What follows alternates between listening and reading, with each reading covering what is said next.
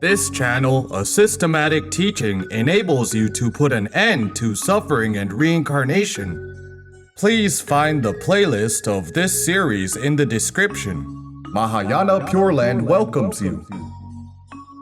To Enlightenment 64. Amitabha's 48 Great Vows.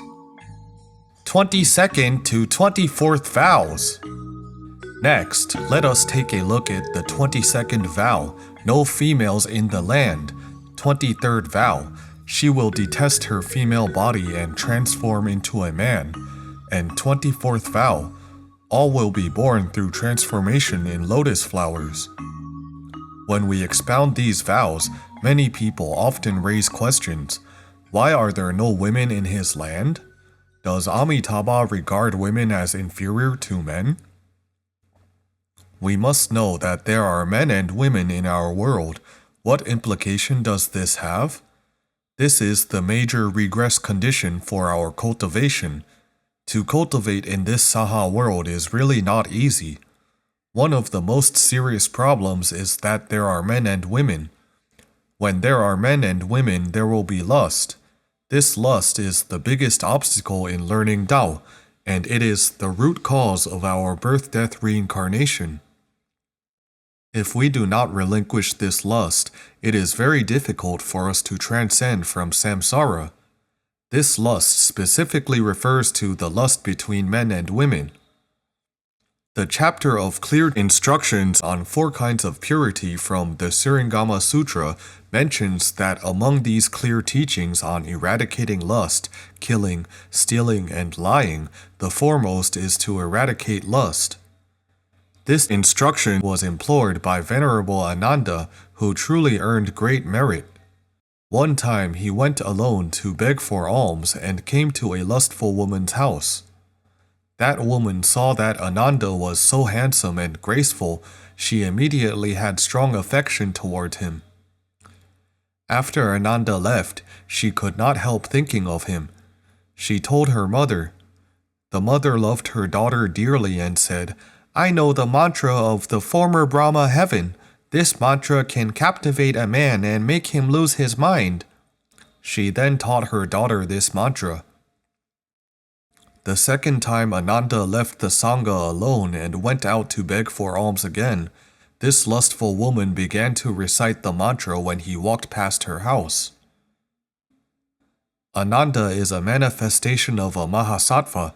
He is not an actual mortal. But since he manifested as a mortal, of course he would have moments of bewilderment. When the woman started to chant the mantra, Ananda felt confused and was led to the woman's house.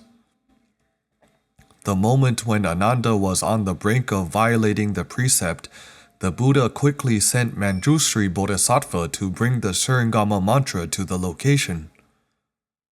When the Śūraṅgama mantra was chanted, the mantra of the former Brahma heaven disintegrated.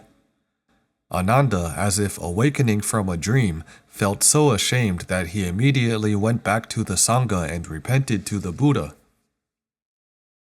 Eradicating lust physically and mentally. According to the Śūraṅgama Sūtra, one must uphold the 4 kinds of clear instructions on purity in order to transcend the 3 realms. The foremost clear teaching on purity is to eradicate lust. The Buddha said, "You must eradicate lust physically and mentally to the extent of not feeling that you are eradicating it. Only then can you have hope to attain the Bodhi of all Buddhas." Have hope implies to have the possibility. In order to attain the Bodhi of all Buddhas, we must eradicate lust not only in physical conduct but lustful thoughts in our minds. We must uproot even our most subtle thoughts because these thoughts will impede us from transcending the 3 realms. Venerable Ananda must have been a manifestation of a bodhisattva. His real status was not revealed, but he must be at least the position of the bodhisattva of 10th Bhumi. In the Infinite Life Sutra, Buddha Shakyamuni praises Ananda. "The question you ask now is greater than making offerings to all arhats and pratyeka Buddha of the entire world. plus giving offerings through cumulative kalpas to celestial beings of all heavens. His merit is too enormous. Who has such great wisdom to ask and induce the Infinite Life Sutra? If he is not a bodhisattva, he would not be able to ask this question. At the Buddha's time, Ananda only attained Śūraṅgama, the fruition of stream enterer, which is the first stage of enlightenment in Theravada. How could the wisdom of a Śūraṅgama possibly bring out such a great sutra by just asking one question? So Ananda is a manifestation of a bodhisattva. He knew that this karmic habit of all beings is deeply rooted. He thus acted on purpose, using this condition to let the Buddha tell us how to transcend samsara. We must uproot the fundamental root of our lustful mind, because the lustful mind between men and women is the biggest obstacle in cultivating Tao. Buddhist scriptures also point out, it is fortunate that the lust of all beings is only this one. If there is another defilement as big as this one, all beings would have no hope to obtain liberation. When Dharmakara Bodhisattva conducted a survey in all worlds of 10 directions, he found that many worlds with men and women were usually neither pure nor peaceful. The works of preceptor Dao Xuan in the Tang Dynasty had a statement which was cited from classics and scriptures. It states, "Hells exist where there are women." It is a pity that some scriptures have been lost to the world. We cannot find their origin. But this preceptor was known for upholding precepts extremely strictly. He absolutely would never fabricate these words. Why does it say so? Because where there are women, there are men, and impure lust arises between men and women. This impure lust is the root of falling into hell. So if we do not keep away from lust, we cannot prevent ourselves from falling into hell.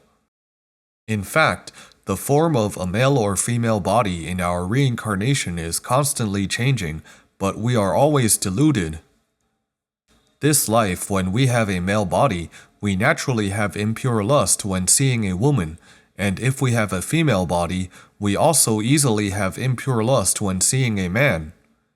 This has been our karmic habit since beginningless kalpas.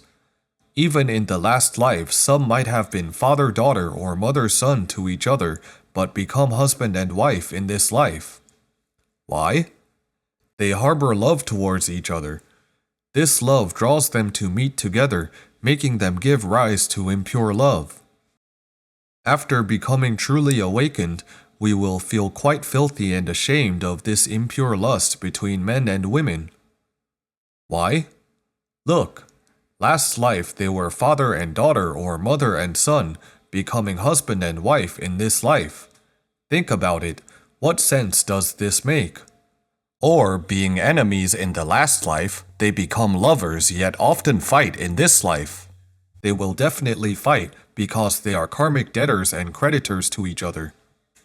Thinking through this over and over, it really makes no sense at all.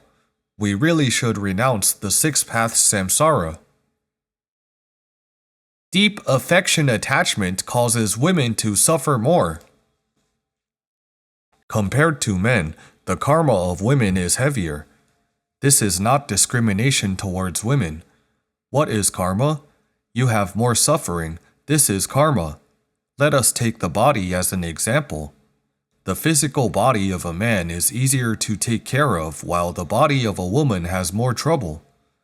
The monthly period as well as giving birth to children after they get married are all troublesome and much suffering. Men do not need to deal with these things. Men and women cannot be equal in this regard. This is an indisputable fact. Can men naturally give birth to children? Since they cannot, it is unequal. Therefore, we cannot ignore reality and talk about an unrealistic equality. In regards to equality, the Buddha has given us the best interpretation. All beings are innately Buddhas, all are equal. This impartiality stated by the Buddha is the most ultimate and most consummate. Yet the manifestations of all beings depend on their karma and its effect. Their karmic retribution will not be equal. However, we should remain in a state of impartiality both physically and mentally. We should not blame fate and others within our karmic retribution. Instead, we should eliminate past karma in accordance with conditions and never create new ones again. In this life, whether we have a male or female body, are healthy or sickly, we have received this body. It is better to eliminate our past karma in accordance with conditions and never create new ones again, just seeking Sukhavati rebirth wholeheartedly. Neither male nor female. What kind of pure body would it be without gender? It is an incorruptible adamantine body, the body of Subha and the noumenon of Amita. It is the body of purity and nihility. You want it to be a man, it transforms into a man. You want it to be a woman, it can transform into a woman as well. It can, as Avalokiteśvara bodhisattva does, respond to all beings' minds to manifest the state in accordance with the capacity of all beings' perception. Is Avalokiteśvara bodhisattva a man or a woman? There is clearly a female image of Avalokiteśvara bodhisattva. How can you say that she is a man, right? But if you say Avalokiteśvara is a woman, she also manifests as a man. So he is neither male nor female. His manifestation of male or female is in accordance with the discrimination and attachment of all beings. In Sukhavati, there is neither discrimination nor attachment. The inhabitants do not have a differentiating mind. They all have bodhisattvas' bodies, which do not have a certain form. They can manifest the form of a man or a woman. They can manifest the forms of sentient beings and insentient beings as well. They can manifest everything, even the form of a mountain, river, land, tree, flower, or grass. Nagarjuna Bodhisattva once said, "Body is the root of suffering." The female body especially is the most suffering among all sufferings. What should you do? You should detest this female body. Why does one obtain the female body? Deep affection attachment will cause one to obtain a female body. That's why women usually let emotions lead their minds. Generally speaking, men are relatively more rational. You may say, no, some men also have deep attachment to affection. Of course, there are probably more and more men nowadays with deep affection attachment. They would very possibly become women in the next life. So with deep affection attachment, you will become a woman. Conversely, if a woman relinquishes the affection attachment, she can then transform from a woman into a man in the next life. Thanks everyone for learning with us. Namo Amitabha.